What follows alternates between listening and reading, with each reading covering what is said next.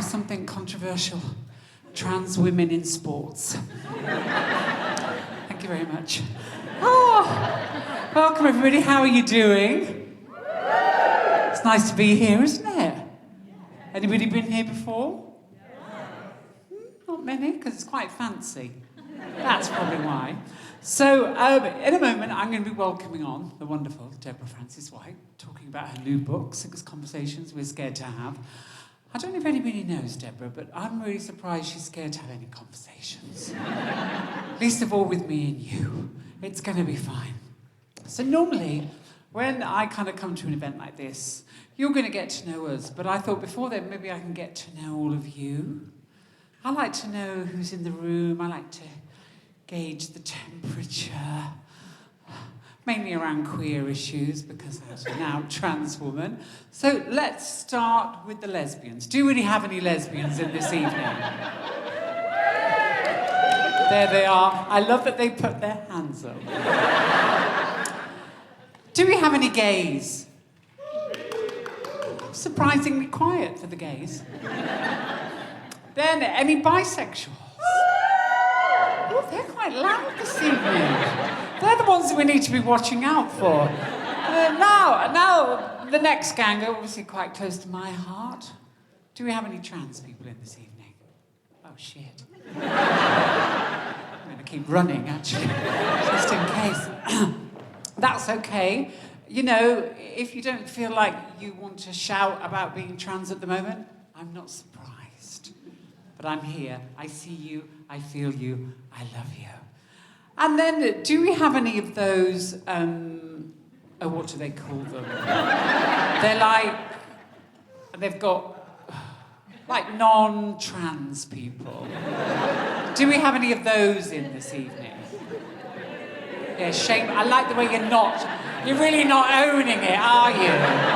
Yes, and I know why, because just because you're the majority, it doesn't mean you're normal. It just means you're common. Yeah?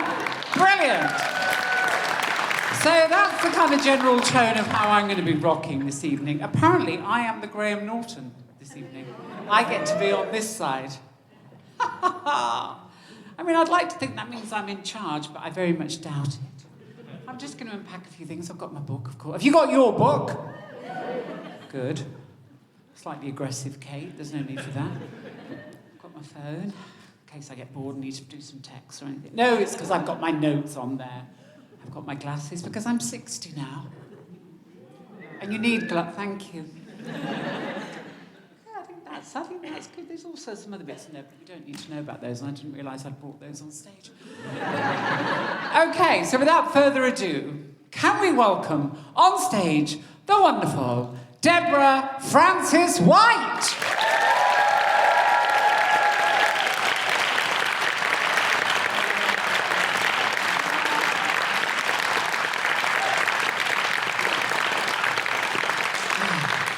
Thank you so much for having me, Manchester. Oh, we love you. Delighted to see so many of you. No, I'm thrilled to be here. Thank you so much, Kate, for doing this. Oh, I always say yes, and I'm super excited. I think this is like the 3rd time I've worked with you. You have always said yes. I have an actor friend who every 6 months I get him to do a bit on a radio show or something, but I don't. He lives out of town and he's got kids and stuff. I don't say about much. And recently I called him up and he answered the phone like this: "Hello, love, I'll do it."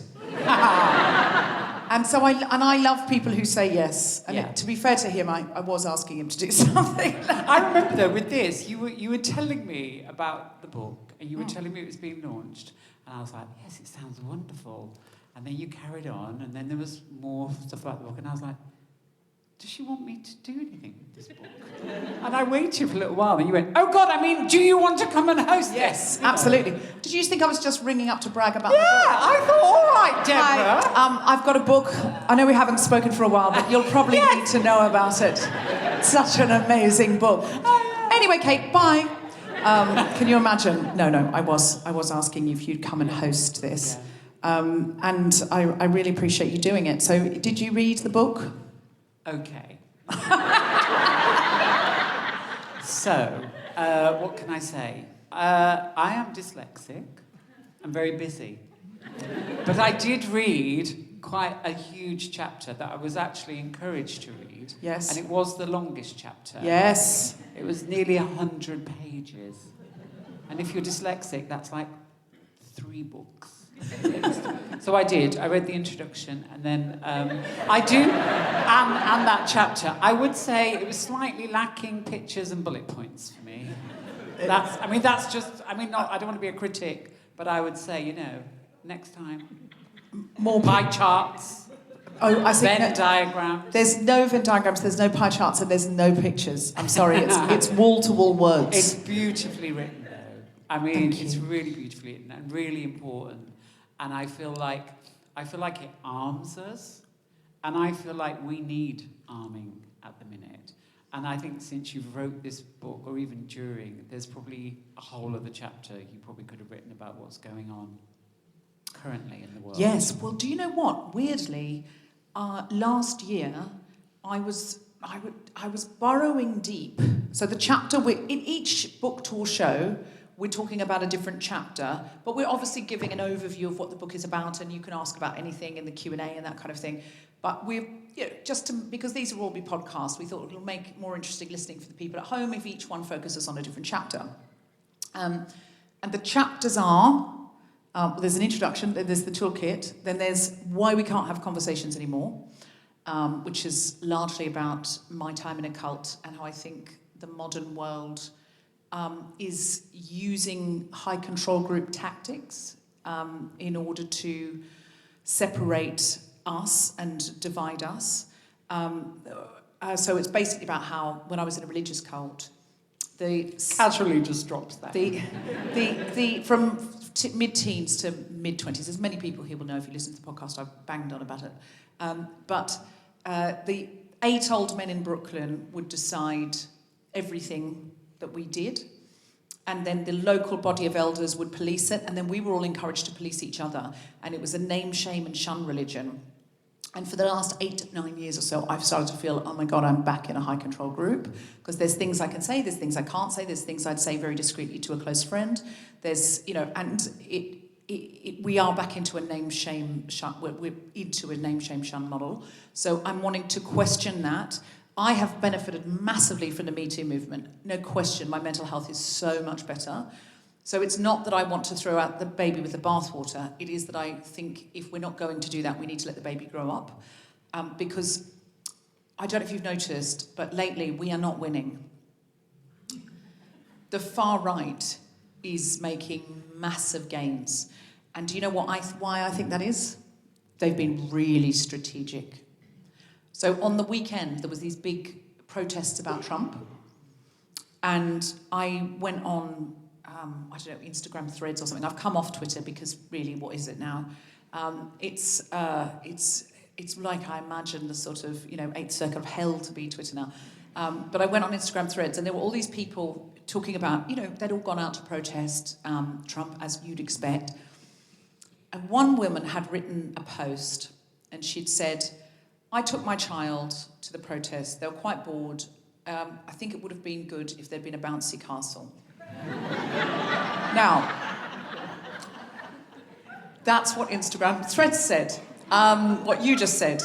Everybody laughed, and, that's quite a risible thing to say about you going to a protest. And also, this isn't a sort of annual women's march.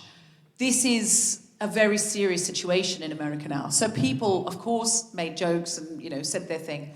But then I really noticed that the whole of all the content about the protest and what they were started to get distracted into this one woman's one comment. And I thought, I wonder if this woman is real. I actually wonder if someone on the strategic far right has gone, I'll throw in something, I'll throw in a bone for all the liberals and the progressives to argue over, and then it's who can do the funniest joke, and then it's who can say, I actually am outraged. I've done protests where we got arrested. You shouldn't be bringing your child to a protest if you're going to blah, blah, blah. And then, who are we protesting again? What are we protesting again? Well, who is this? Who, what? What's the actual, is the oppressor a woman who wrote a tone-deaf Instagram post, or is the oppressor the extraordinary number of draconian bills that are going through to make laws that will make life unlivable and make life hell? Is the oppressor the government that is now just hauling men off the street and throwing them into El Salvadorian prisons? 75% of them, a rigorous journalistic exploration discovered, had no criminal record that they could find. 75% of those men thrown into that horrendous El Salvadorian jail. And then I saw a video of that El Salvadorian jail, because I thought, why does El Salvador want to put all these, these horrendous conditions, but why do they want to take them? And then I saw it was a sweatshop. They have to sew all day. And then at night, they've got no mattresses and the lights are on all night, and they're tortured. They're all in just these, kept like battery hens. And, we definitely know of one man who's just like a dad, I think he's got a regular job, and he also teaches kids swimming. And he had a tattoo it was an autism awareness tattoo, and his brother's name, because his brother's autistic. And they mistook it for a gang tattoo, and that was the basis on which they sent him into this hellhole. And of course, now that they've admitted it was wrong, they've got a judge saying you've got to get him back. And El Salvador is saying you have no jurisdiction. They're just saying, we don't have any jurisdiction over El Salvador. And that prison has no due process. There is no court cases. There's no due process, so you can't get anyone back out. And Trump doesn't want to, because he doesn't want to admit a mistake. And so, that's who we need to be protesting. Not one woman who may or may not even exist, who said, couldn't we get a bouncy castle? I mean, you obviously go... It's a really old tactic as well, isn't it? The distraction. I don't know if people here know David Hoyle, the performance artist, but they do like cabaret, and they said whenever you see Kate Middleton on the front of a newspaper and they're talking about her dress, something really terrible is going on in the world. If that's making the front headline, you need to quickly... And that is so stuck in my head, that as a tactic, and why the press obsessed with Kate Middleton. It's nothing to do with Kate Middleton, and I'm a firm believer. And I think the trans issue has actually fed into that perfectly as well. We're a great, distraction, Well, you were saying backstage, these tariffs have really taken the edge off. They really have. I feel like for once, nobody's coming for trans people. I'm not saying I orchestrated it or I'm celebrating it, but I do feel like, wow, it's not about us. They're not coming for trans people. That's the level that we have to kind of achieve before trans people aren't just like the bad news in newspapers, Wait till Trump thinks of putting a tariff on trans people. Oh, God. I mean, we can't be far off that now. I mean, we're all so poor as it is. It's terrible. You can't believe what you're saying. Everything you see sounds like an Onion headline now. It's impossible to tell satire from news anymore. It's really scary. Yeah. And it's interesting that you say that, Kate, because I think the biggest thing that came out of this book for me, the other chapters, just so you know, one is on our relationship with the past and what we can learn from the past. It's really easy to cancel the past.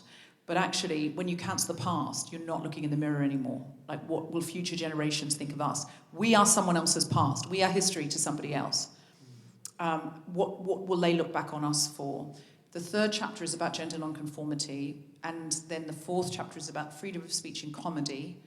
And I just wanted to look at freedom of speech, because the BBC was calling me up, and they always go, someone's made a joke. You're a feminist. You should want to ban it. Could you come on and argue with another comedian about banning the joke? I'm like, I'm a Gen X comedian. I don't want to ban things. I don't want to censor things. You've misunderstood the tone of my whole persona.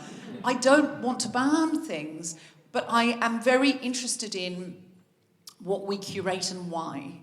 And so, and why, one example I've used is, do you guys know SNL's Weekend Update? Saturday Night's Weekend Update. Why Colin Jost and Michael Che, when they do Joke Swap, and Michael Che makes Colin Jost live read out racist jokes that he's never seen before, and he's like mortified and going, why? Don't make me do this. I cannot find one complaint on the whole of the internet about those jokes. because the audience do understand the difference between the point of the joke and the punchline of the joke, actually. The joke there is Michael Che, a black man, is making Colin Jost, a white man, do it, and he is demonstrating his discomfort. If it was two white guys doing that, obviously there'd be a million complaints. And I'm comparing that to sort of, some Jimmy Carr jokes and Ricky Gervais jokes, but I'm also looking at how the role of the comedian has totally changed. Jesters had freedom of speech when no one else had freedom of speech except the monarch. But then they were someone who, cancel culture in those days could mean your whole head. And there wasn't the £10 million Netflix deal.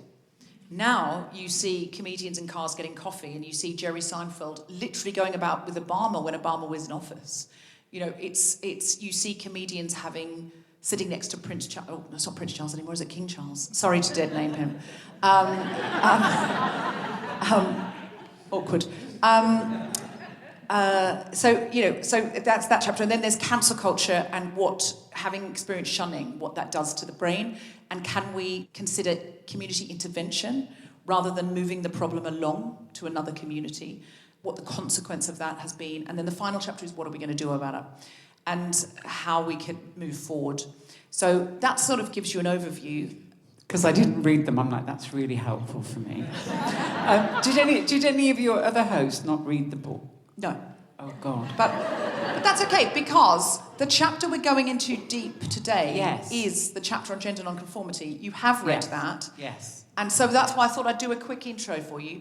But you have read that. But you wanted to talk about conversations. Well, I was just, because you said, obviously the art of conversation has changed, and we talk about social media. But I don't know what kind of families people came from, but nobody listened to anybody in my family. We were just not shown how to have a conversation. So I feel really, I'm very lucky that my boyfriend and I, we are really happy to talk over each other. And the first few times we did it, it was like, I'm really sorry, you don't need to apologise. For me, it's like sport. It's like sport. Keep going, and whoever finishes is the one that kind of, got in there. But we will literally happily have a lot of coffee and just talk over each other in the morning. And it's like joy for me, really. It's like family. But having said that, I have had to train myself to have conversations more. I am undiagnosed, like a lot of people. Quite a busy brain. And I think conversations are... who does have conversations? Like, who sets about their day going, I'm so looking forward to those conversations I'm going to have today. And I'm really working on my conversations. So for me, that's what I really like. That's what that was one of the focuses for me. And actually, I want to just welcome. I'm in a cultural exchange. It's not a cult. It's a cultural exchange with Denmark, and they are actually here this evening, and they've come from Aarhus. Hi. Hey. There they are.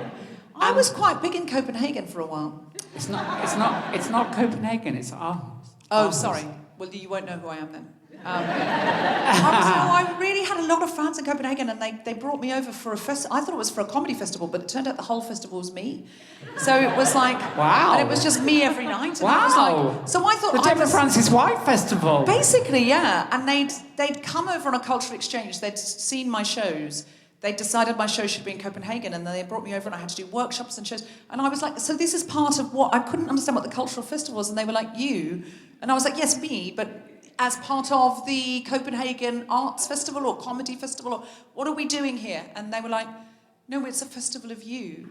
Wow. And I was like... And actually, weirdly, I brought Aarhus today to continue this tradition of Danish Festival of You. But what I was going to say was, I've noticed that yesterday we had like our welcome meal, and they arrived, and I had conversations with them yesterday. Yes. I think Danish people have conversations. Well, it's Just very saying. Cold, and yes, no, truly, the colder the country, the better conversationalists they are. I think so. Because if you've got to sit in by the fire, because when I first came to London, fall asleep. Yeah, well, no, but you've got to drink schnapps and you've talk. got to do you know that. what I mean? Yeah. When I first came over, because I'm from a beach town in Australia, and when I moved to Sydney, I thought, oh my God, there's such good conversationalists because there was so much culture and coffee talk And then I came to London, I was like, oh, everybody talks here because it's cold, and you go to the pub, and, you know, even if it's people talking about sport or talking about what they've read in a tabloid or whatever, they really, really talk, and they go there. In Australia, where I grew up, I mean, there's plenty of very, very cultural places in Australia. This is not me dissing Australia or anything, or dissing the place I'm from, because the weather was so good. You know, we'd come out of school, or people would come out of work, and they'd go to the beach, and they'd surf, and they'd do stuff. So they were very healthy and very active. But there wasn't that same kind of invitation to conversation, because there wasn't a need to sit down and entertain each other in a warm room away from a grey, rainy night. So there is something about a... So we should be good at it in Manchester, really. I mean, I've been here 35 years. Manchester's like a massive city of culture. When I think of Manchester, absolutely, I think a city of culture and a city of conversation.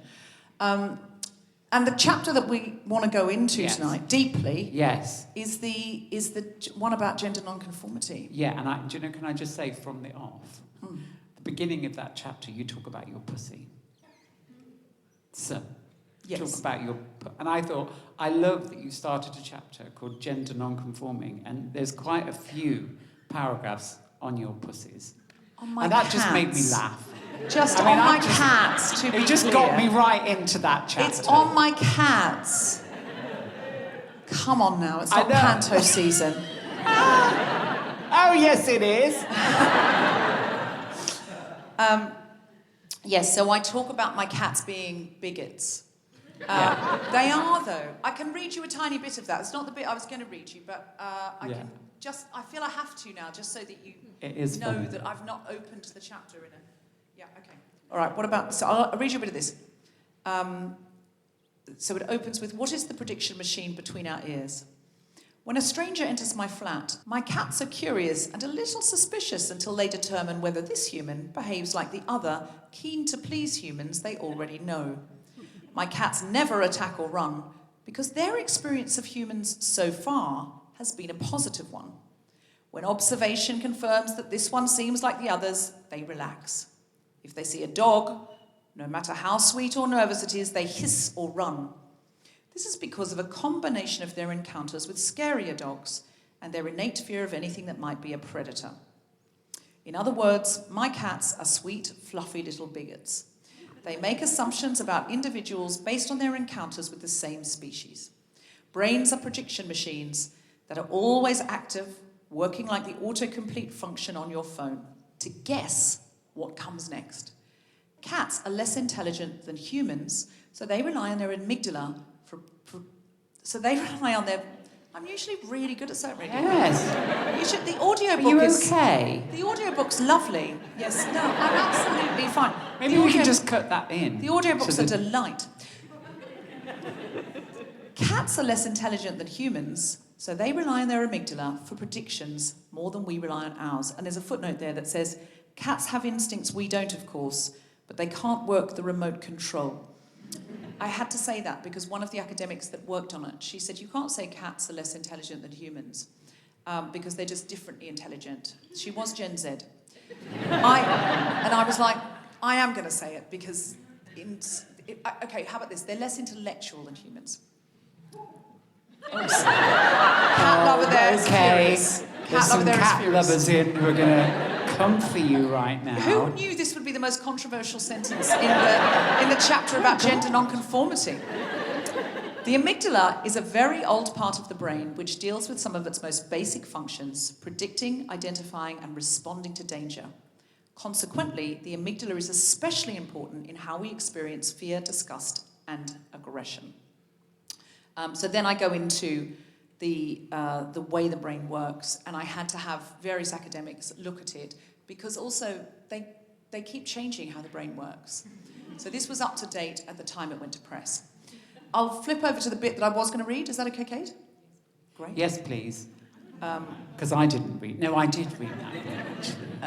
Learn, discuss can even be a response to changing fashion in gender expression, which scrambles that Stamm's... Stamm, by the way, is the word I'm using instead of tribe, because tribe has a lot of colonial impositions to it, and also it's just not a very evocative word.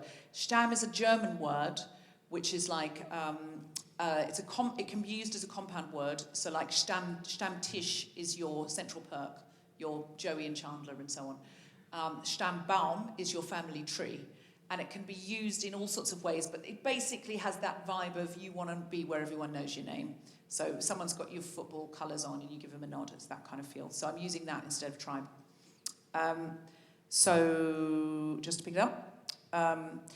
Learned disgust can even be a response to changing fashion in gender expression, which scrambles that Stamm's understanding of what men and women look and behave like, or in other words, the gender binary.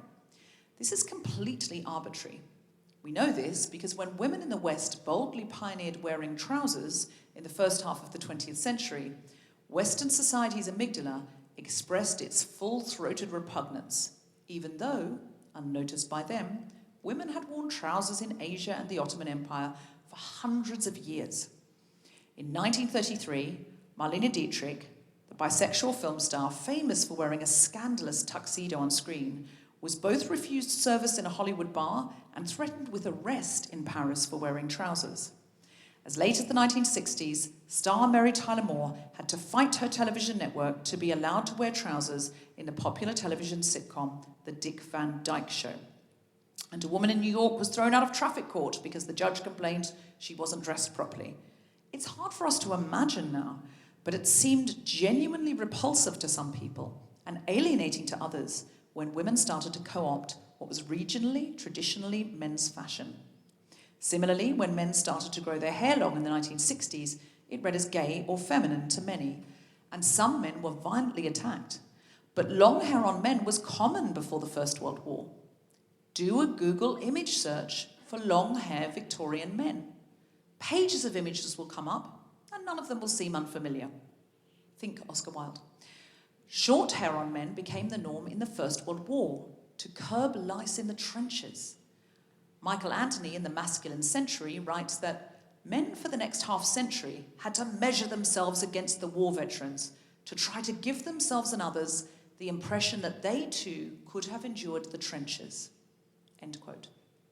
Again, it's hard for us to imagine anyone cared so deeply, but in 1964, a 17-year-old David Bowie, then Jones, founded the Society for the Prevention of Cruelty to Men with Long Hair and appeared on the television programme BBC Tonight, complaining that they'd often be taunted on the street with gender-based heckles such as "darling" and "can I carry your handbag?" The presenter introduced the teen Bowie and his friends as a group protesting because, quote, they're tired of persecution, losing their jobs, being sent home from school and college, and even being refused the dole. The young men who appeared on the show mostly had hair that didn't even hit their shoulders, and a couple of them had short hair with floppy fringes.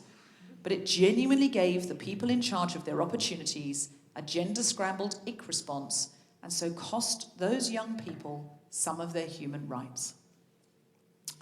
I think it's so important to remember how modern, how fleeting, how fast things come into our mind and come into our vision and look right or wrong, look this or that, look masculine or feminine. And I was really fascinated by the idea that short hair for men was so new, and Victorian men would not have thought that that looked masculine at all. And so, I mean, this is not a piece so much about. This is sort of just an introduction into every generation has these moments of going, that doesn't look right to me. And they're really strongly opinionated about them as well. Yes. It's not just like a casual thing. They're like, that's carved in stone now. Yeah, they tried to arrest Marlene Dietrich for wearing trousers. But now, trousers don't look femme to us. No. Rather masculine to us. Trousers look masc or femme. We don't get any double take from women in trousers. We don't get any double take. There'll be some men in this audience who will have very short hair and some a bit longer. But if you see a kind of man with a shaggy hairdo or a man bun or long hair out, you just don't notice it really. Mm. And it's like how quick we are. And so a lot of this chapter is about, I think, frameworks that change. Yes. So I like that about it. You mean the one we're going to discuss? Yeah, go. No, I just love that, the fact that you look back to not that long ago, to kind of highlight like that gap in between now and then, and how quickly it can change.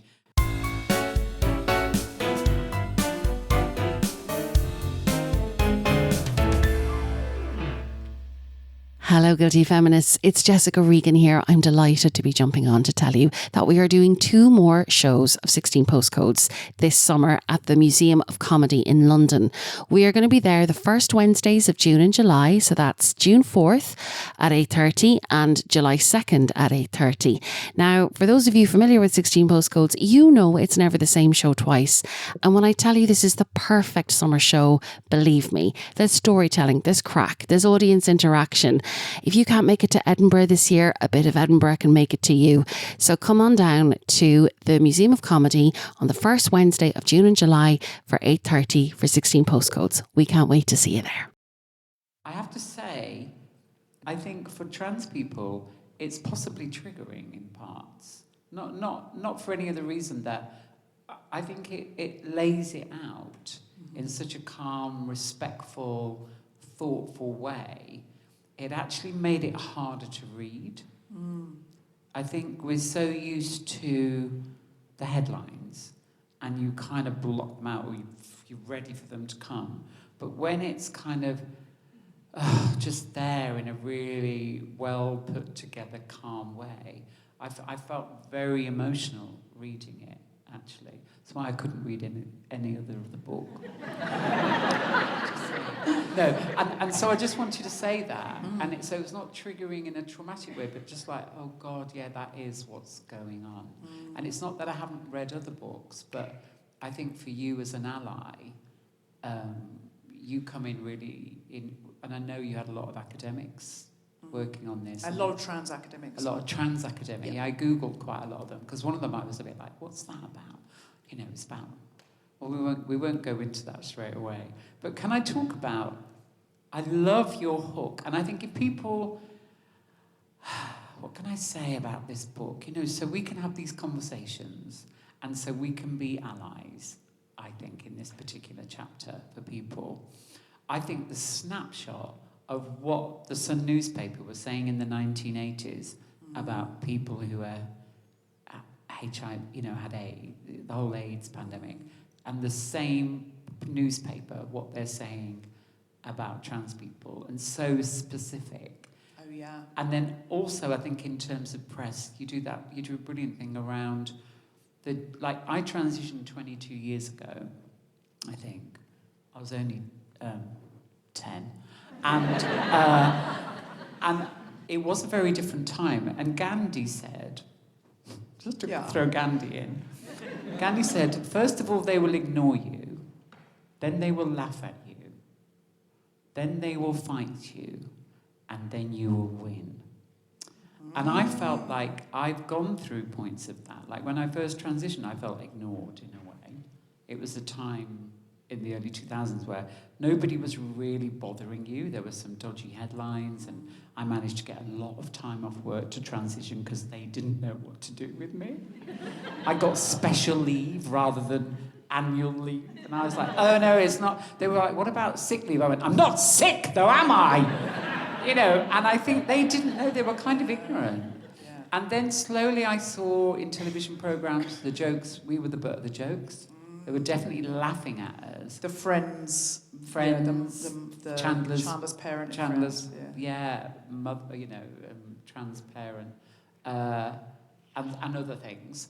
And then the attack came, and it was quite shocking. But I just really glad I had those 10 years without that level of attack. I think young people who are getting that level of attack, going straight into the game, that must be very, very disturbing and really throw them off, you know. But we're still transitioning, kids.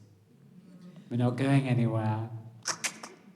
We will be more than 1% of the population one day.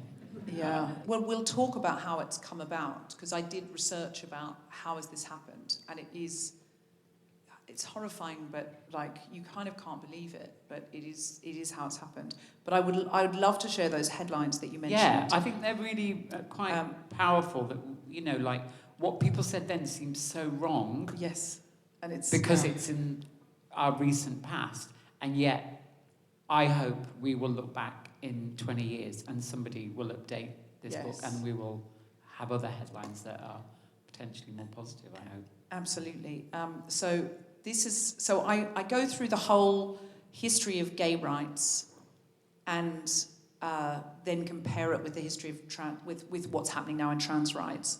And so I'm comparing headlines from the same publications at this point in the book. In 1985, The Times said, "Is it wise to share a lavatory with a homosexual?" In 2019, The Times said, "Unisex loos make me wish for the bad old days." In 1985, The Spectator said, "Given an inch, the homosexuals demand all. Granted legality, they have advanced boldly, noisily, immodestly, without shame, flaunting and organising themselves, proselytising vigorously, demanding ever-fresh rights, in inverted commas, privileges, handouts, immunities, special representation." In 2022, The Spectator had the temerity to write, given what they'd written in the 80s, "Pride is no longer a movement that is simply fighting for the rights and liberties of people who have faced prejudice and discrimination because they don't happen to be straight. It has morphed into something altogether more controversial and political. It is promoting the trans agenda that undermines long-standing concepts of sex and gender. Am I the only BBC journalist who still believes in two genders? The only one who thinks there are far more urgent problems than the supposedly terrible plight of a vanishingly small number of people who aren't happy with their sex, gender, or identity generally." Can you believe that? Just people, pride just for people who don't happen to be straight. Lovely people who in 1985 we said, "Given an inch, the homosexuals demand all." The Express in 1985 said, "Why was the Reverend Gregory Richards a homosexual employed as a chaplain in the prison service? God knows how many people he has infected with the disease. Equal rights for homosexuals cannot operate in sensitive appointments when such risks as AIDS exist." And compare the perceived risks in law and order then and now. Express in 2022, female police officers could have to strip search trans women. It opens the door for drunk males under arrest to demand a strip search from a female officer by claiming to identify as a woman. And then we have Martina turns girls into gays. This is The Sun in 1990. "A huge scandal exploded over women's tennis last night when senior players were accused by a former Wimbledon champion of seducing young players on the circuit. Margaret Court said the example set was so bad that young girl players were scared to go into tournament changing rooms. Court said, it's very sad for children to be exposed to homosexuality.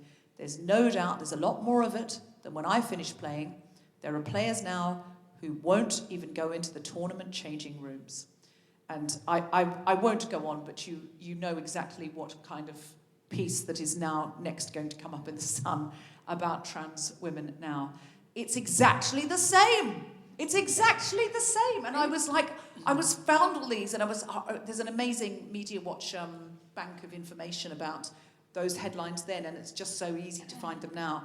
And so I think it's just really interesting to see how much gay rights is, and I've done a lot of deep dive research. There's so much research there, and I totally know what you're saying, Kate, because you're still having to read those headlines now, or you're still having to see. Well, I also lived as a gay man in the 80s, so I feel like it was like training.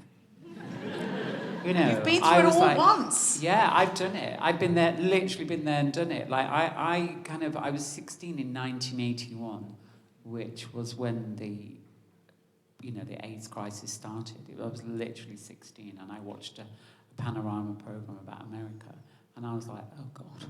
And it was like, you gay. It was like, and that was it, and then, like I said, there was a period when I was literally ducking and diving and getting away with it. Right. And then we had Full Throttle, and it's back up. So it's nothing new. It's almost like they've got a checklist, haven't they? You know what I mean? They're like, okay, let's attack the queers. Right, what are we going to do? They went, well, let's just attack them. How about toilets? Do you know what I mean? How about, sexual assault? How about, it's the same. It's the same. How dare they? It's very much how dare they, isn't it? That's the kind of tone. There are massive, massive parallels. The thing that I wanted to tell you, I found I couldn't quite believe it when I found it. In 2014, Orange is the New Black came out. I don't remember. And I thought, I don't remember feeling dread, seeing it, thinking, oh my God, they're going to say this is the trans agenda, having a trans character. So if any of you don't remember or didn't watch it or were too young or... You know, where were you? It was a show, an American show about a women's prison, and Laverne Cox played a trans prisoner called Sophia, who, and she had her own beauty parlour. And so women would come in, and she would do their hair or their beauty treatments. She was unsupervised with them, and she would touch them because she was doing beauty treatments. I don't remember thinking at the time, people are going to say this and that, or what's on Twitter, what's the Daily Mail saying? And I thought, I just remember people being positive about this. So I went back, and it's all in the book. Even the Daily Mail was positive about it. Yeah. There's actually, and I've done all the research, so you don't have to. There's an article about they all did a glamour shoot for some magazine, and it was like they're all wonderful, and she was the star. Laverne Cox was the sort of front and centre star, and there were other women in the show behind her. And it was just a glowing article about how wonderful Laverne was and how wonderful they all were. And the comments underneath were like, well, I remember what the top comment is something like, they're all such beautiful women. I could find literally no negative comments. And then there was another article in the Daily Mail where she'd met another trans girl on Walkabout, was the headline, and she'd chatted to this little girl who was trans, and it was this lovely, touching moment. And the comments under that were not... There was one person saying, well, how does the little girl know she's trans? But it wasn't like it was a question. It seemed like a good faith question. It didn't seem like a sort of slating or anything like that.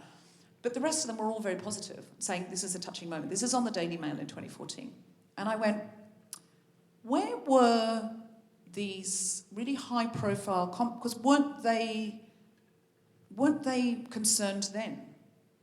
Where's this concern sprung up from? And at the same time, we had a trans woman win Big Brother. There was a trans character on, one of the major soaps, I think, Corrie. And Laverne Cox was actually on the front of Time magazine, and it said trans rights is the new frontier for human rights. And in the article, Laverne Cox sort of says, look, we kind of got equal marriage, and she sort of implied we've waited our turn, and now it's our turn. So where's it come from? So I looked into it, and I couldn't believe it, but it's true. So I interviewed a man called Neil Datta. He is the executive director and founder of the European Forum for Sexual and Reproductive Rights. And his job is to host all of the MPs across Europe. And his thing is really contraception, terminations, cervical smears, that kind of thing. And he is a lovely man. He wants trans people to have rights. He is not a trans rights guy. He doesn't say women and other people who can get pregnant, or women and other people with uteruses, or he doesn't say people... He's not a trans rights guy. He said in 2013, the far-right Christian nationalists who are behind Project 2025... And when I was writing this, I thought people are going to think this is a conspiracy theory. And by the time the book's out, Project 2025, all the abortion laws being overturned. Now in America, we're seeing states saying that if some states now, abortion is a homicide, so every miscarriage is a crime scene. And do you know what question they asked? What do feminists disagree on? And there'd been a disagreement about whether trans women should be included in the feminist movement. But do remember as well, there was a disagreement about whether lesbians should be in the feminist movement. The Lavender Menace. That's right. And that's all in here as well. Because they were ruined. They were seen as man-haters. And so they were ruining the cause. They were upsetting the cause. Yeah, and too masculine and all of that. So, we've been here before. It's a plant. It's a wedge issue. And he said, I feel so sorry for trans people because they have been used as a political football. And he said, this is a grenade they've thrown in and it has worked. And I was like, no one's going to believe this. This is so... But now it's come out. Then I started looking into how they're stripping abortion rights in this country, which is all in Chapter 1. We've had 3 women ever, between the mid-1800s and 2 years ago, prosecuted for an abortion in this country. 3 women ever. In the last 2 years, we've had 6. There's hundreds of women currently under investigation. And it is true that abortion pills were made legal during the pandemic to take at home, but it does not account for the shift in culture. It doesn't.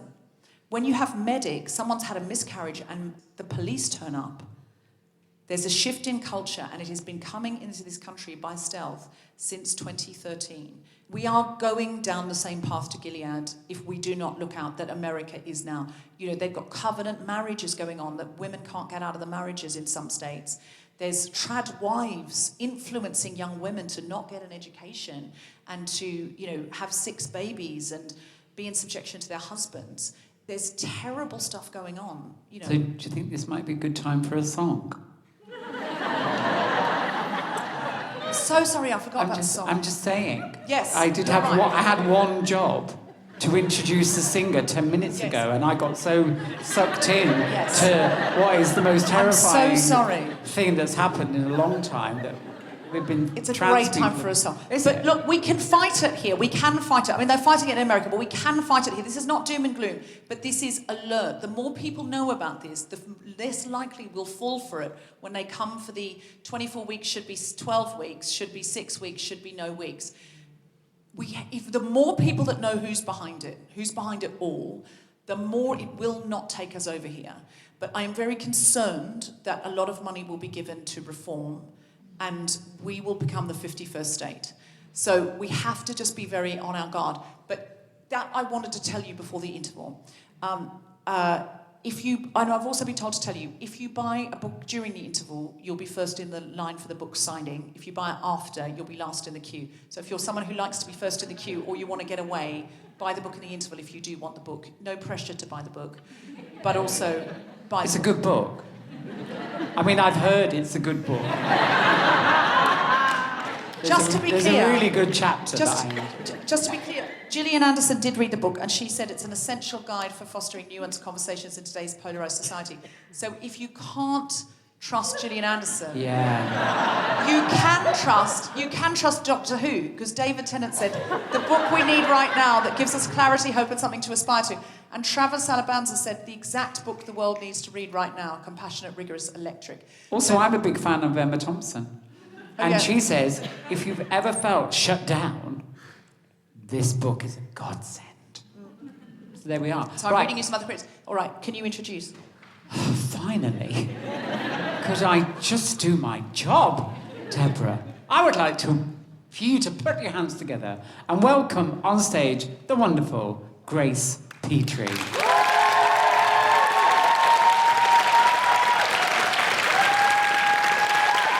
Sorry about the wait. Sorry. We got into the weeds. No, I was having a great time. I was listening to the conversation backstage. Could you hear it back there? I could hear it back there. I thought it was amazing. Yeah, especially the when you said about the woman who was thrown out of traffic court for looking too masculine. Yeah. I thought, I wish I'd known that before my speed awareness course last week. That would have got me right out of that. I'm going to sing you guys a song about... Deb said, I want you to come do one of the shows. I thought, I bet it's the one about gender nonconformity. What could I possibly add to the conversation? I'm going to sing you guys a song that I wrote a few years ago now about being, I suppose, what you might call a gender non-conforming woman. I prefer the term butch. I was always a butch lesbian right from when I was born, and maybe slightly before. And I wrote this song about growing up in this skin, in this presentation, and in these clothes. And one of the major sort of factors that inspired me to write it is that I entered this era where I was being told that my trans brothers and sisters and non-binary siblings were not my allies, that I was positioned against them in the fight for equality, and I thought that was fucking bullshit. So I wrote a song about how either we're all free or none of us are free, and how that's always been true and it always will be true.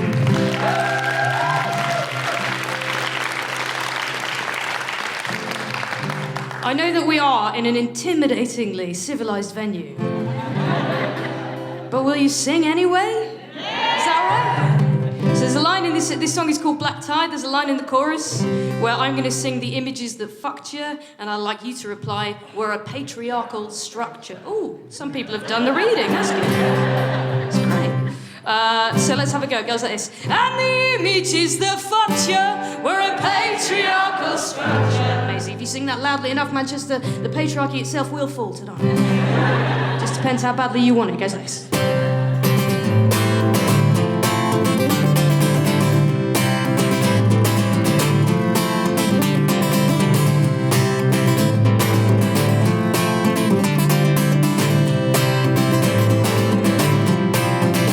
It's a jungle out there. The year 2018, I didn't think we'd still be sorting babies into blue and pink. And all our progress, I wonder what it means when the only girls' clothes that work for me turn out to be boyfriend jeans. Well, that's fine, 'cause I decline a narrow set of rules that just don't work.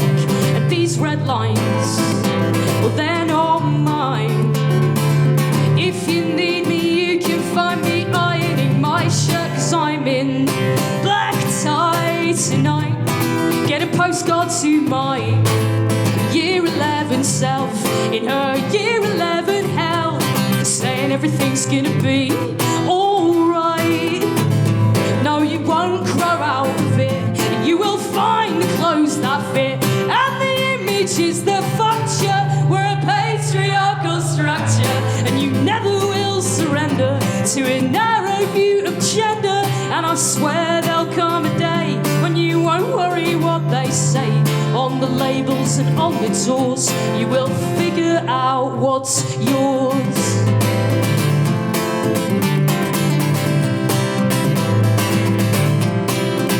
And it's a bloody nightmare, trying to fight the spread of bigotry and fear that's uniting Piers Morgan and Jermaine Greer. And all our progress, yeah, I wonder who it's for. When I dared to utter the trans lives matter, and all I got was a turf war. Well, that's fine, 'cause I decline a narrow set of rules that just don't work. And these red lines, well, they're not mine. If you need me, you can find me ironing my shirt, 'cause I'm in black tie tonight. Get a postcard to my year 11 self in her year 11 hell, saying everything's gonna be alright. No, you won't grow out of it. You will find clothes that fit, and the images that fucked you were a patriarchal structure. And you never will surrender to a narrow view of gender. And I swear there'll come a day when you won't worry what they say on the labels and on the doors. You will figure out what's yours. You will figure out what's yours, and that it's got nothing to do with fitting neatly in a box that was constructed to make it seem like people come in just two teams, and anything that's in between ain't good enough. And you will love, and you'll be loved, and you're in black tie tonight. Get a postcard to my year 11 self in her year 11 hell. Darling, everything's gonna be alright. No, you won't grow out of it.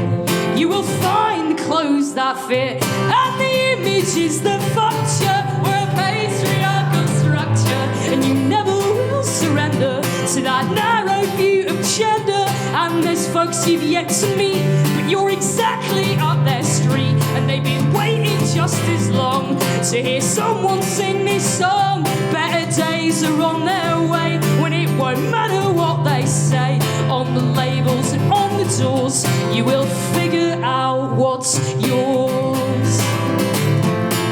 Girl, you're gonna be so happy. Girl, you're gonna be just fine.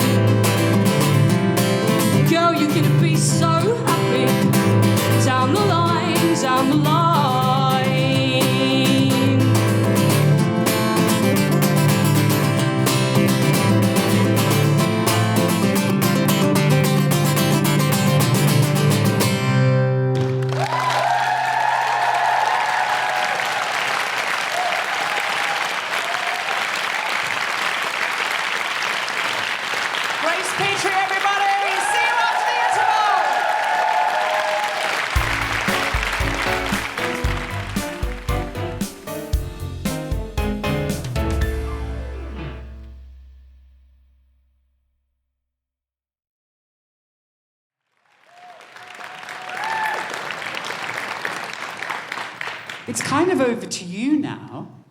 We're going to do a Q&A. How do you feel about that? Have you got any burning questions you'd like to straight off the bat. Could you introduce yourself? Yes, please. Yes, Stephen who? Stephen Whittle. Can we hear it for Stephen Whittle, please? Absolute Manchester legend. Absolute Manchester legend. It's really a question for Grace. It's an apology because I've been saying for 9 years, will you come to Manchester and perform? You have chosen my 70th birthday party. No, not today. In 2 weeks' time, in 2 months' time, you're coming to do a concert in Manchester, and I'm at the other bloody end of the city with other people dancing. And I've been waiting and waiting, so this is a total bonus for me. Oh, when is it your birthday? May the 29th, but it's actually the 31st you're having the concert. And I thought, damn it, I've been waiting for ages. What a fantastic way to segue into, please come to my concert on the 31st of May. Absolutely. And happy birthday, Stephen. Thank you.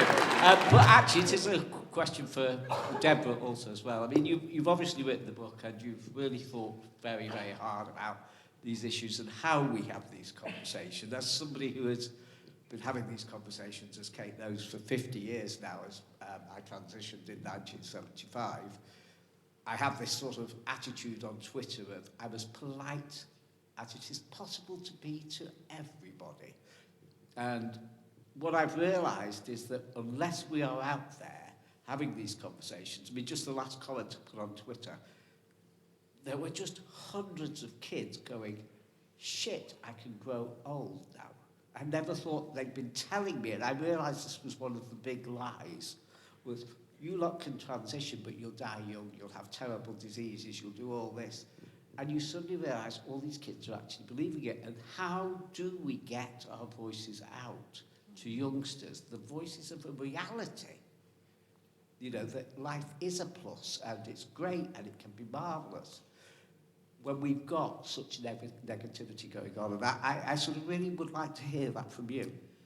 So I think one of the problems was at the same time as this wedge issue was deliberately wedged by people who don't care about trans people. They think, far-right Christian nationalists think all LGBTQ plus people are the same. It's just all against God and nature. And they just want, honestly, white women having babies is their dream, being in subjection to their husbands. And it's really it's really that awful. And I don't think it was helped by I think progressive people helped them out in their desire to create a wedge by immediately going into the most defensive and aggressive place possible.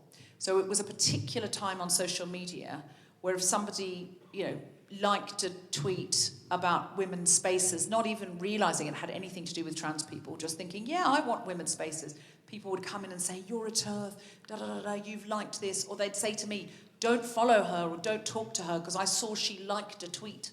And that's how it was when I was in a cult.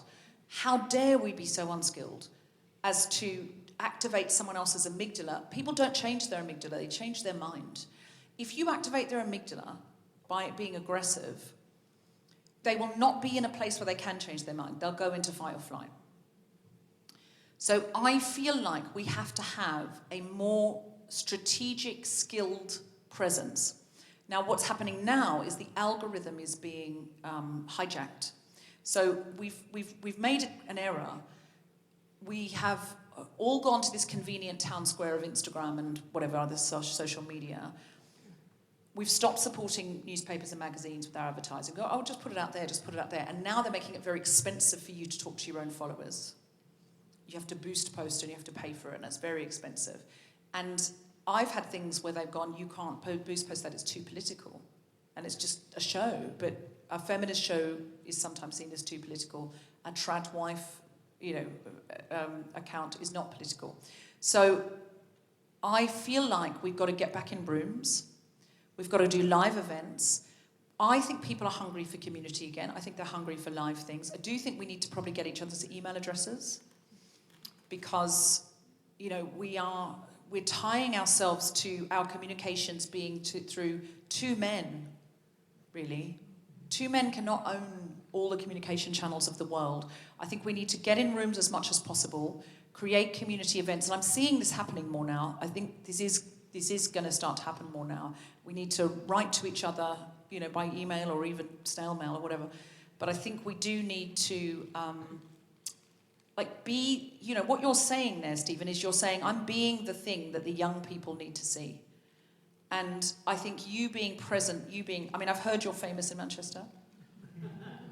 You have something of a profile. Be you. Be you and be alive. Be joyful. And as you say, the young people are seeing it. And I just do think we need to really consider how we come together now. We've got to create new strategies. What the far-right Christian nationalists did is create strategies, and those strategies are working. What are our strategies? I think I totally agree with that, but I think there's another side to it.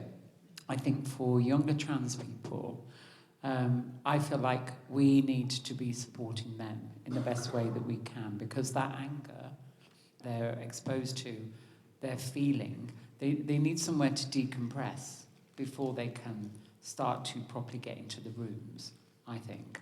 And I was just going to mention today, I went to the Whitworth Art Gallery with my lovely Danish friends. And the Whitworth Art Gallery is a gallery of sanctuary. And I didn't know about that. People are aware that you can have cities that are cities of sanctuary, and you commit to it, and you get awarded it for 3 years. And at the gallery, it means that they have to kind of be welcoming, they have to be aware, they have to be respectful, they have to be sensitive to people from lots of different backgrounds, including the LGBT community. And I feel like what we could maybe offer to support that, to give trans people who have been attacked and are upset and angry, to give them some sanctuary. And I think we could individually be a sanctuary. I think we have the opportunity to do that. And I would really encourage you to really think about, and it can involve kindness, it can involve respect, it can involve interest, it can be having a conversation, it can be smiling, it can be so many different things that you know how to do. I once worked with the Mothers Union in a Catholic church years ago, and they were getting very worried because loads of people were transitioning and they didn't know what to do with them. And I was like, yeah, but you know how to be kind. And they were like, oh yeah, we know how to be kind. I went, just be kind. And they were so relieved that they knew how to do. And I feel like they became a bit of a sanctuary in the end, you know. So that's to add on to that. I think there is something individually that we can do. I mean, I had a hashtag campaign that started 10 years ago called Stand By Your Trans. And it was based on Stand By Your Man, obviously, and I sang that because I'm ridiculous. But I think it was, I remember I started to see those T-shirts, and I had to overcome my internalized transphobia when I was doing that show. And I would spot the most awkward-looking trans person in the room, and I would just go and stand by them. And I felt like that's what I need to practice that, and it's really enriched my life overcoming that and not being frightened and being part of that community, because it's a really fabulous community. I mean, I know it's all a bit, we're being attacked and this and that, but honestly, the stuff that trans people are getting up to is fabulous, you know, so, yeah. Great point. Great point. Oh, another question? Yeah. Should we have another question? Don't be shy, we will answer anything. Oh, there's a waiver here. Oh, you've got a long way to go, Tom. Let's all watch Tom trying to get through that audience. Hello. Hi. So there was something that I wanted to say, which is that we're talking about community and we're talking about online community, and I think one of the problems is that we don't know where to go and who to talk to, and we don't know where to find women's groups that aren't exclusionary of other people and other sexualities, and we all tend to sort of aggregate into a specific sexuality or a gender or something like that. And so one thing that I did want to make people aware of is the Women's Institute, which you may think is just for old people like me who are in their 50s, but it is also for people who have female interests and come from all backgrounds and all areas, and they have lots of talks and lots of crafts and lots of lovely things. And they drink. Well, They drink, because I've been... yes, we do. I've done some talks at Yeah. Women's Institute, and they've been so welcoming. Did I do one at yours? Yes. Yeah. I love the Women's Is Institute. this like the old school WI that you're talking It about? is Yes. the WI, and it is... So and the yeah. trans-inclusive WI, Yep. Yeah? here in Manchester, Yep. come along. Come and- along. So it basically it's called the Women's Institute, and you can, if you want to, make jam, but you can also talk Get drunk. about political rights, and you can also talk about what it is to be a woman of different ages. It's not just for us old biddies, it's for everybody. So, and also Reddit. Reddit? So Reddit is seen as like a guy nerd thing, and a lot of younger Gen Z people ignore it. But if you want to reach out and you don't want to be part of the social media that's Facebook, Insta, and all that rubbish, you can go on Reddit or Blue Sky, and you will meet groups who have all of your interests, and it's not just around your gender or your sexuality. It can also be around Star Trek. No. Thank you very And much. crafting. That incredibly niche Venn diagram between the WI and Reddit. I think we found the one person who does both. Reddit is not just for boys, and it's not just for angry incels. It's also a way for women to be in community. So don't Okay, be scared. great. And Do you have a raffle? Because the one I went to had a raffle, and I won a really nice cushion. Thank you Just so much. Any other questions? Well done. We'll all visit the I can Reddit, the subreddit WI. I'm going to give you a mic here. Sorry, I just thought that was such a lovely sentiment, so I thought I'd add on to that and say another place where everybody's welcome who is a woman, trans, non-binary, which is She Choir in Manchester, if anybody's heard of that. Oh, nice. And which is really a lovely space if you are into singing, but we also do socials, and it just means a lot to be in spaces like that. So if you are into that kind of thing, it's a really lovely community, and I know that I found a safe space there. Thank you very much. I just wanted to add, to kind of taking on from both of those questions, actually. I was asked last year to play at a small festival called the Queer Campfire, which basically was started by a queer couple that I know who basically were living in Grantham in Nottinghamshire in the middle of a very kind of straight suburban housing estate, and they realised they didn't really have any queer friends in where they were living. And so they just basically rented a field and put on Instagram, do any queer people want to go camping with us on this particular weekend? And that first year they had 50 people, and the next year it was doubled in size, and the next year there was 400 people. And what I just wanted to say is that when we build spaces, when we build physical spaces around our identities, they become inherently political. I think that's a really good thing to remember, that we are, when we're making art, when we're making wonderful sort of trans artists and queer artists, making these spaces that aren't necessarily inherently political in nature, when you gather people together who are united by those identities, wonderful political networks come out of them. So I think it is really important to sort of, obviously it's important to always be fighting, but I also think where we make joy and where we make art and where we make community, those spaces will become hubs of resistance, I think, is what I'd say. Great point. What was your question? I'm moving away from joy, and community. It's 12 years ago today since Margaret Thatcher died. And I was just wondering what conversation you would like to have with her. With Margaret Thatcher?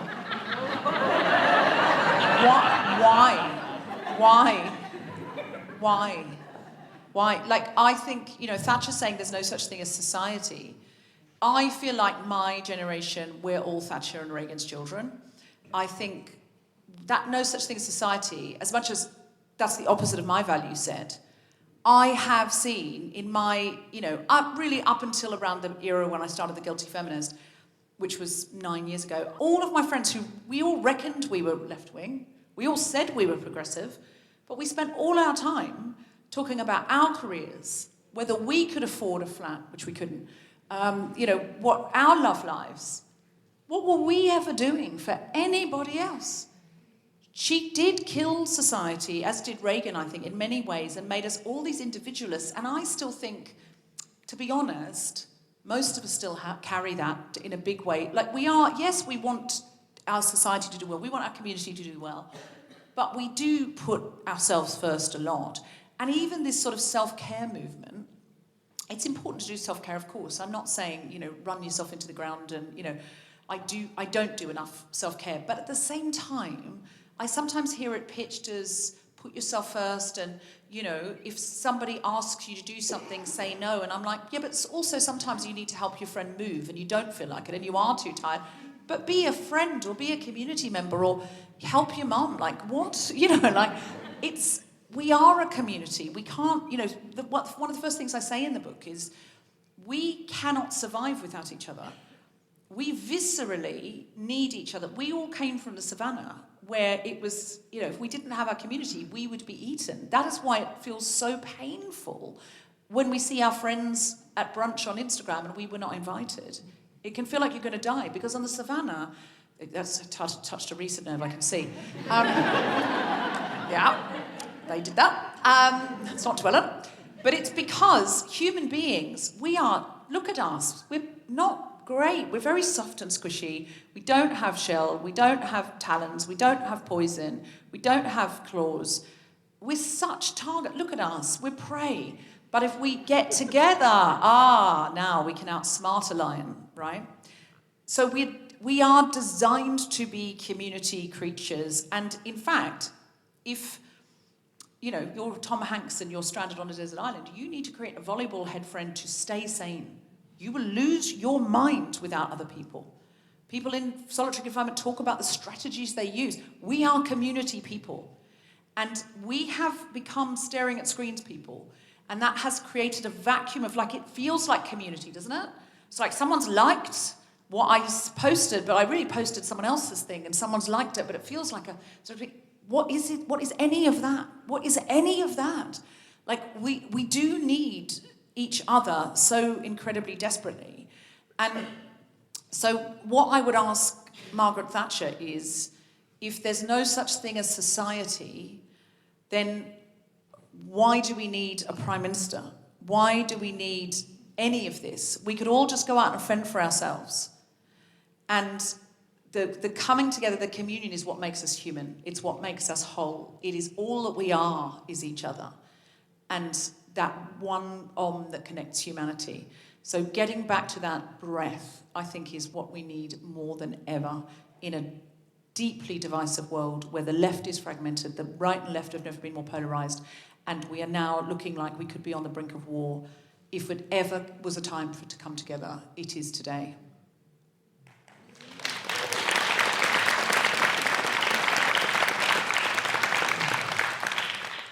I think for me, on a kind of LGBT, people here, I don't know if you're aware of Clause 28, which was meant that any non-straight relationships could never be promoted or supported.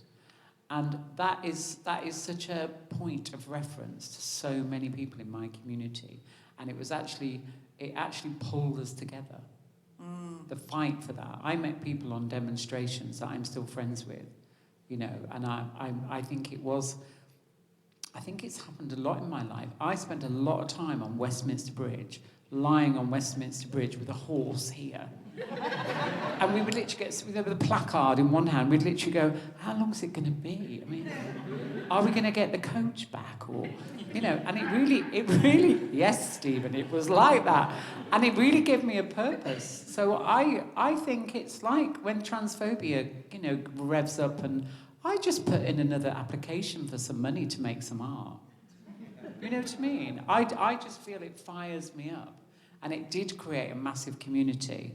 And I hope that fucking sticks in her throat. Thank you. I don't think that's a question. Oh, there's one up the back. Come on. Thank you. I was just wondering what your opinions are, how racism and gender conformity kind of interlink. And I think recently with the Olympic boxer and with J.K. Rowling, I think that really came to play, how black women are usually seen as being more like aggressive or male, and how that can be used as kind of a power structure, defying qualities. I just wanted your opinions on that. This whole movement is backed by white supremacists. So you are not wrong when you say that black intersex or trans athletes or masc-looking black female athletes come under a lot more scrutiny. And there is a sense of, well, you're stronger in some way. There is a deep, deep, deep correlation. It's all coming from a place. And listen, I'm not saying that every gender-critical or trans-exclusionary radical feminist thinks that or believes that. I'm sure they do not. But it is aligned with, and it is a fault line of it, that goes right back to, look at who trad wives are. That's the future that the Guns for Jesus people want. A blonde woman in a kitchen, in gingham, in subjection to her husband, home making granola bars from scratch, and Fruit Loops. I see them making things like Fruit Loops from scratch. Where are these 6 children? If you've got even one child, you know you cannot make Fruit Loops in a white dress. You can't hand make granola bars in a white dress. They have armies of nannies and studios with ring lights and stuff. No, this is a vision that is akin to an Aryan Third Reich vision. And that is my feeling about it. Kate? I totally agree. And I think for me, I feel the same tactics have been used towards, I'm thinking black men being aggressive, sexual, like rapists, have been, I feel like as a trans woman, I hear that rhetoric. And you can always trace it back. It has a history. The way that they talk about trans women being men, rapists, violent.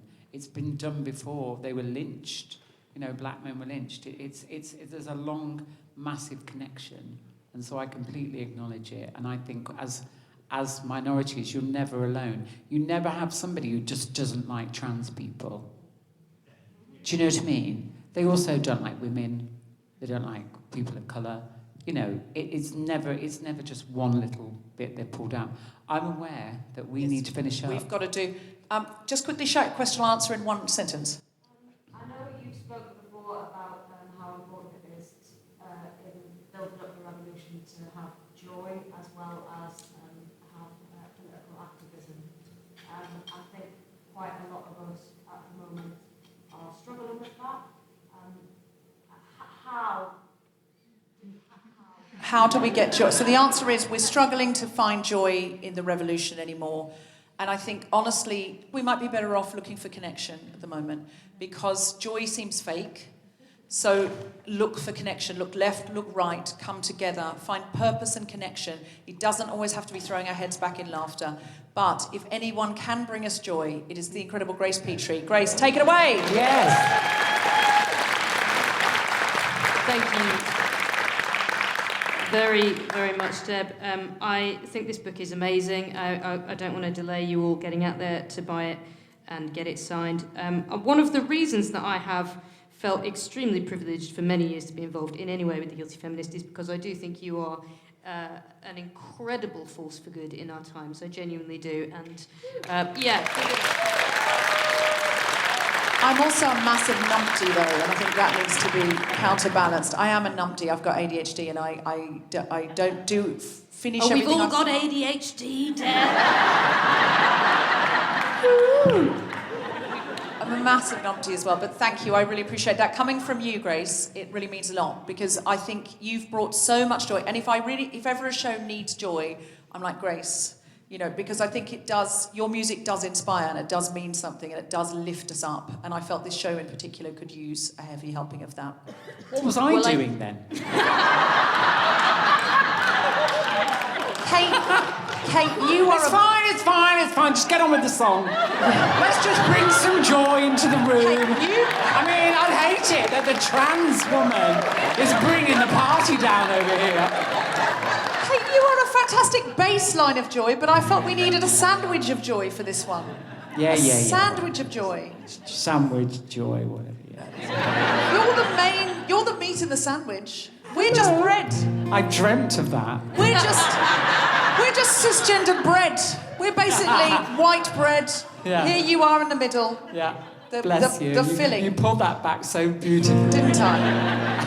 It's not my first time getting out of an awkward situation. We're just ADHD white bread, me and Deb, that's who we are. So I would love to end with Connection, which to me always does mean singing together. I'd love it if you would sing this one with me. This is a song that I debuted on the Guilty Feminist a few years ago, and it really embodies for me what the podcast and very much what this book is about, and what I think, those of us who have progressive politics, what we're trying to do. We're trying to make the world better for the next generation. We're trying to build a better world to hand over to our kids than the one we inherited. Sometimes it doesn't feel very joyful, sometimes it feels very, very, very hard. But I wrote this song about how important it is that we keep going, even if we feel like we're not making gains because we don't see the needle move. If we all get together, we're moving the needle even just a centimetre at a time, right? But I know which side I want to be on. I want to be a part of bringing that wall down just one brick at a time. This is a song about that. It's called The Losing Side. And I would love it if you would sing it with me. I'm going to teach you the chorus. I'll sing a line and you repeat it after me. We'll learn it that way. It goes like this.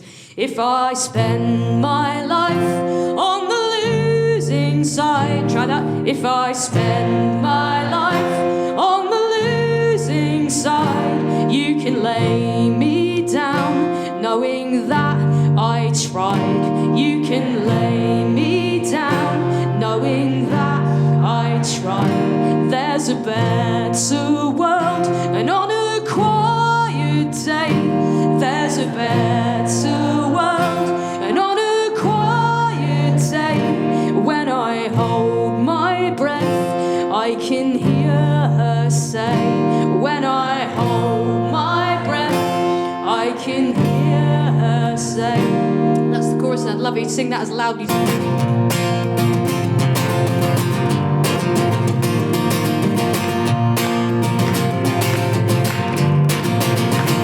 Common grief to Bristol up in flames. Came here begging justice, and instead we got the blame. The peace disturbed out on the streets tonight.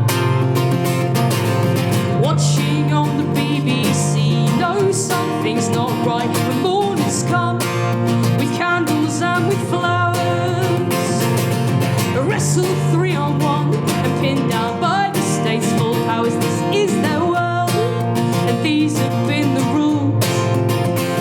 We have come to break it down with bloody fingernails for tools. This threat of violence, this tightrope wire, we can no longer bear it. We're all too fucking tired. No minute silence, we will sing higher. Don't tell us to light a candle.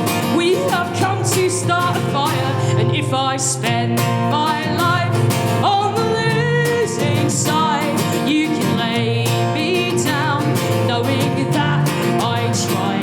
There's a better world, and on a quiet day, when I hold my breath, I can hear her say she's on her way.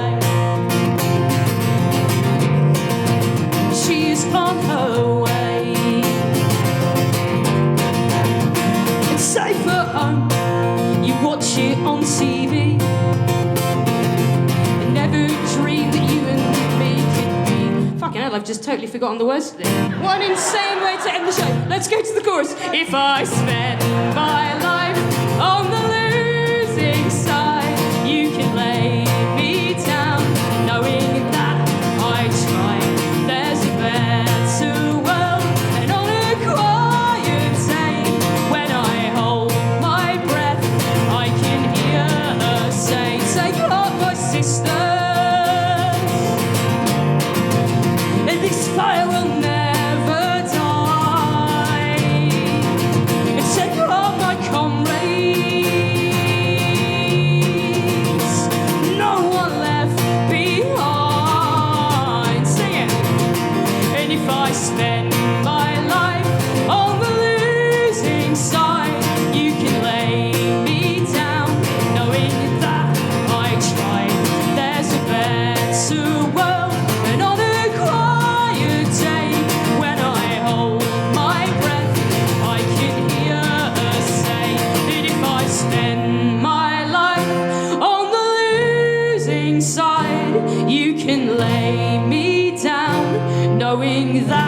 I try.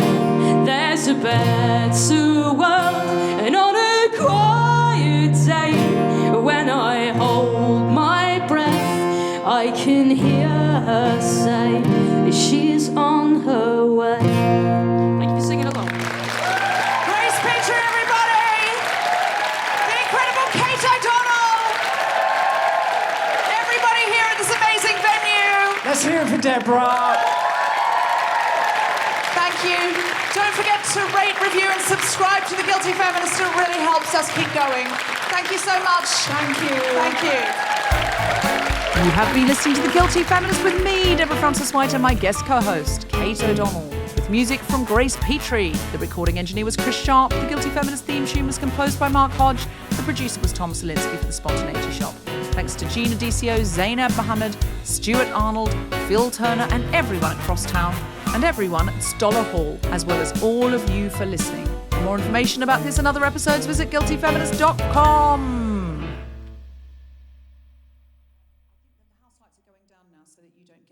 Overwhelmed and scared. It's quite light in here, isn't it? I feel like, do you feel slightly... Can the house lights go down any further? Just feels like they're really in the light. Are we putting and you that in the dark? spooks audiences. They feel exposed. There you go. There you go. Put them right in the dark like we're reading them a bedtime story. That's it. That's it. But we need to be lit. That's it. That's it. Yeah. So, thank you very much. Somebody needs to be lit. Somebody needs to be lit. Absolutely. Thank you so much, Kate, for doing this. The Guilty Feminist is provided exclusively from Acast. Find it wherever you get your podcasts.